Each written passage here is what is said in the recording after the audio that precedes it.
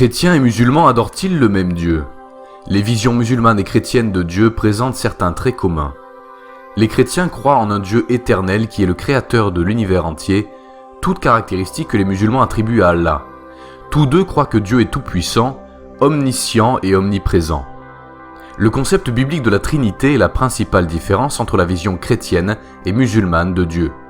Dans la Bible, Dieu se révèle comme un seul Dieu en trois caractéristiques, le Père, le Fils et le Saint-Esprit. Chaque caractéristique de la Trinité est pleinement Dieu.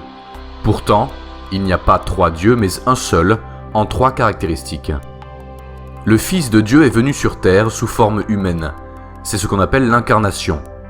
Le Seigneur Jésus-Christ a payé le prix et vaincu le pouvoir du péché en mourant sur la croix. Après sa résurrection, il est remonté au ciel auprès de son Père et a envoyé le Saint-Esprit aux croyants. Un jour, Christ reviendra pour juger et régner.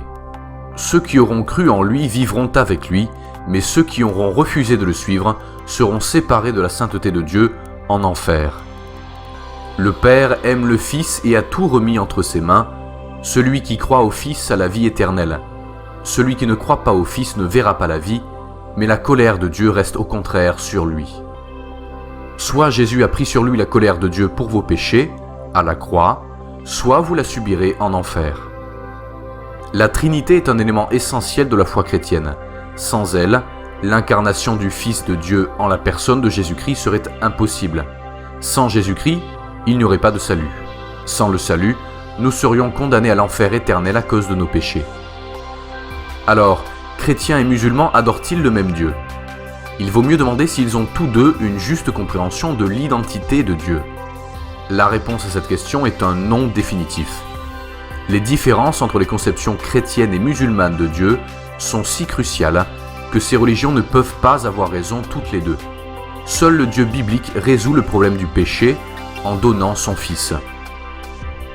En effet, Dieu a tant aimé le monde qu'il a donné son Fils unique afin que quiconque croit en lui ne périsse pas, mais ait la vie éternelle. Dieu en effet n'a pas envoyé son Fils dans le monde pour juger le monde, mais pour que le monde soit sauvé par lui. Celui qui croit en lui n'est pas jugé, mais celui qui ne croit pas est déjà jugé parce qu'il n'a pas cru au nom du Fils unique de Dieu.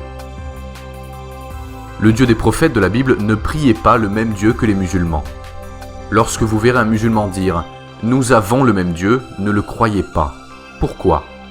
Parce que le Dieu de la Bible, Yahvé, a un fils, contrairement à Allah qui n'a pas de fils. Le Dieu de la Bible dit « Je publierai le décret. L'Éternel m'a dit « Tu es mon fils, je t'ai engendré aujourd'hui. » Tandis que le Coran mentionne qu'Allah n'a pas d'enfant. Dans l'islam, dire « Dieu a un fils », c'est un blasphème. Allah ne peut pas s'abaisser pour devenir un homme, disent-ils. Dans l'islam, il y a un reniement total de Dieu, premièrement, parce que pour eux, le Christ n'est pas mort sur la croix, il était simplement un prophète. Deuxièmement, Allah n'a pas de fils. Jésus-Christ a pourtant bien spécifié ce qui arrivera à celui qui le reniera. Mais quiconque me reniera devant les hommes, je le renierai aussi devant mon Père qui est dans les cieux. Matthieu 10, 33. Je vous laisse le soin d'imaginer la suite. Non seulement l'islam déclare que le sacrifice ultime de Dieu, sa mort sur la croix, n'a pas eu lieu, mais de plus Dieu n'a pas de fils selon eux.